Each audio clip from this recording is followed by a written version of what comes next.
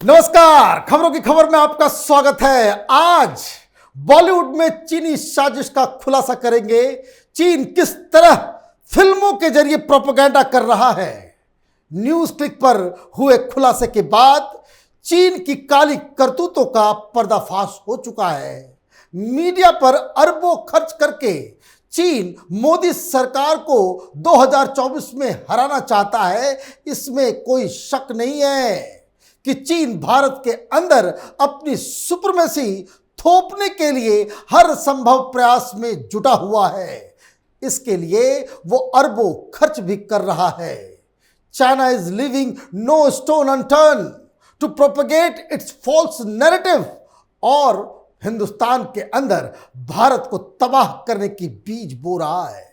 सवाल यह है कि क्या इसके लिए सिर्फ वो मीडिया को पैसे दे रहा है या फिर कुछ और सेक्टर्स हैं जहां चीन पूरी तरह पेनिट्रेट कर चुका है।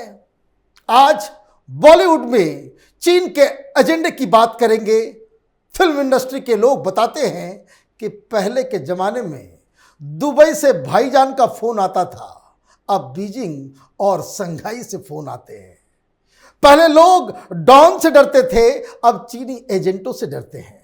सवाल है कि मीडिया की तरह क्या चीन बॉलीवुड को पूरी तरह अपने कब्जे में ले चुका है?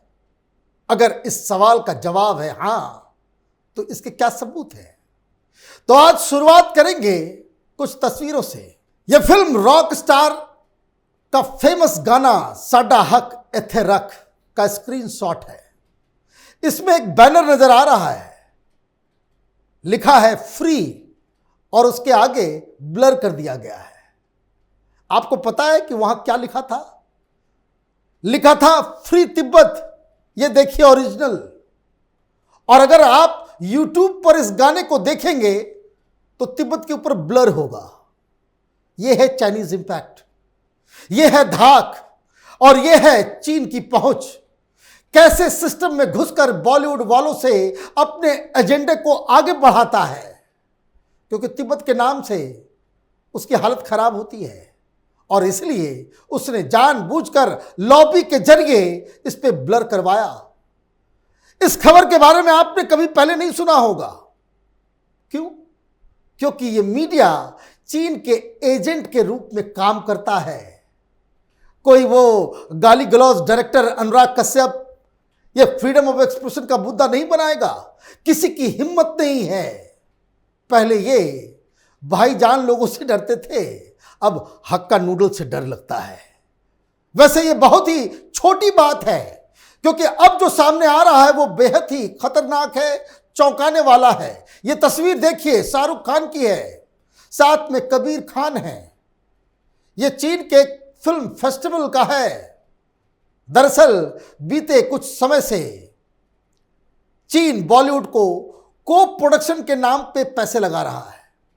बॉलीवुड में लगातार वो पैसे को प्रोडक्शन, चाइनीज कंपनियां को प्रोड्यूस करने लग जाती है और इसी को आगे बढ़ाने के लिए चीन ने बीजिंग इंटरनेशनल फिल्म फेस्टिवल 2019 के दौरान चीन इंडिया फिल्म को प्रोडक्शन डायलॉग को ऑर्गेनाइज किया। इसमें फिल्म इंडस्ट्री के कई दिग्गज शामिल हुए और मैं आपको बता दूं, ये फिल्म वाले ऐसे हैं, बिना पैसे लिए कहीं जाते नहीं, लेकिन इनको बीजिंग बुलाया जाता है, सरपट भागते हैं। और समझने वाली बात यह है कि यह सब तब हो रहा है जब इससे ठीक एक साल पहले चीन की सरकार ने फिल्म और मीडिया को रेगुलेट करने का पूरा अधिकार चाइनीज कम्युनिस्ट पार्टी के प्रोपेगेंडा डिपार्टमेंट को सौंप दिया था। मतलब मीडिया हो या फिल्म, हिंदुस्तान में जो भी पार्टनरशिप या इन्वेस्टमेंट होता है वो सीधे कम्युनिस्ट पार्टी के जरिए और चीनी सरकार के आदेश पर होता है। ये चीन है, यहां कोई ऐसा नहीं कि कोई भी फाइनेंसर आ जाएगा, हिंदुस्तान में पैसे लगा देगा। ये एक एजेंडे के तहत किया जाता है और ये एजेंडा क्या है? तो ये चाइनीज एजेंडा को आगे बढ़ाने के लिए, माओ की विचारधारा, कम्युनिज्म को फैलाने के लिए होता है। 2019 के फिल्म फेस्टिवल के बाद चीन ने 3 फिल्मों को प्रोड्यूस किया। एक फिल्म आमिर खान की तारे जमी पर, दूसरा फिल्म सिद्धार्थ आनंद की फिल्म बैंग बैंग, जिसमें ऋतिक रोशन और कटरीना कैफ है। तीसरी फिल्म कबीर खान की ट्यूबलाइट, जिसमें सलमान खान है। इन फिल्मों की खूब कमाई हुई थी। इसका क्या राज है यह हम आपको आगे बताएंगे, लेकिन यहां यह भी समझना जरूरी है कि बॉलीवुड में बड़े बड़े एक्टर्स और प्रोड्यूसर्स के साथ रिश्ता बना लेने के बाद चीन की सरकार ने लॉबी बनाना शुरू कर दिया।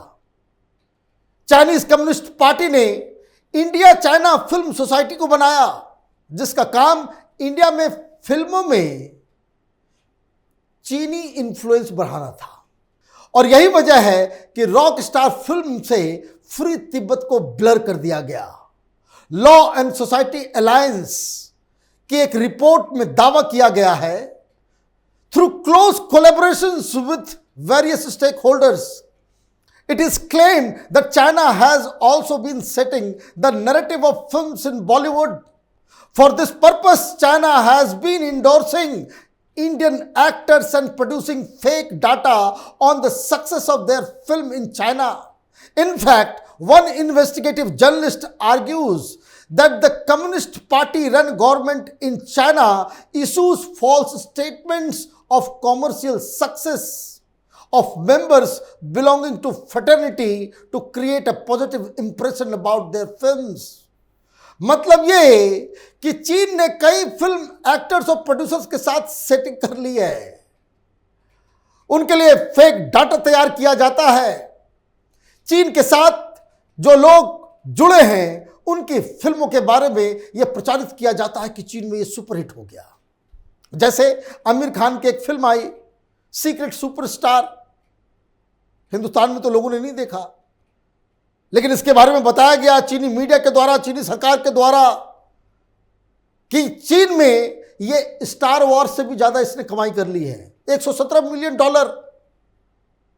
और कुछ लोग तो ये भी आरोप लगाते हैं कि आमिर खान चाइनीज कॉकस का हिस्सा है। अब इस तस्वीर को देखिए, यह आमिर खान की दंगल का चाइनीज पोस्टर है और इसमें बताया गया है कि चीन में 500 करोड़ की कमाई हुई है। लॉ एंड सोसाइटी अलायंस की इस रिपोर्ट में एक और खुलासा हुआ। Based on the findings of Andy Haslam, the investigative journalist has highlighted the mechanism deployed by the Chinese communist party government to inflate the figures of earnings and exaggerate the success of films of particular Bollywood star. Thus, the influence of Chinese money in calling the shots in Bollywood just cannot be denied. यह बिना किसी doubt के कहा जा सकता है कि जिस तरह से मीडिया में पैसे झोंक कर चीन प्रोपेगेंडा कर रहा है, भारत के खिलाफ साजिश रच रहा है, ठीक उसी तरह बॉलीवुड में पैसे लगाकर नैरेटिव बदलने की कोशिश कर रहा है। और यही वजह है कि जब भी शाहीन बाग का प्रायोजित बवाल मचता है तो वामपंथी और ये दलाल मीडिया के साथ साथ बॉलीवुड भी खड़ा हो जाता है।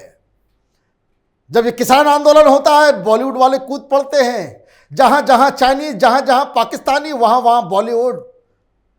जब वामपंथी अवार्ड वापस करते हैं तो उसके साथ भी बॉलीवुड खड़ा हो जाता है। और चुनाव से पहले बकायदा लेटर लिखकर अपील की जाती है फिल्म फ्रेटर्निटी को कि मोदी के खिलाफ वोट करो, मोदी के रहने से बड़ा दिक्कत हो जाएगा।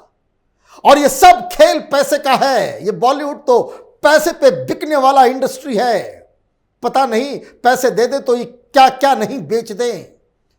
चीन किस तरह बॉलीवुड में पैसे पंप कर रहा है उसे भी समझना जरूरी है।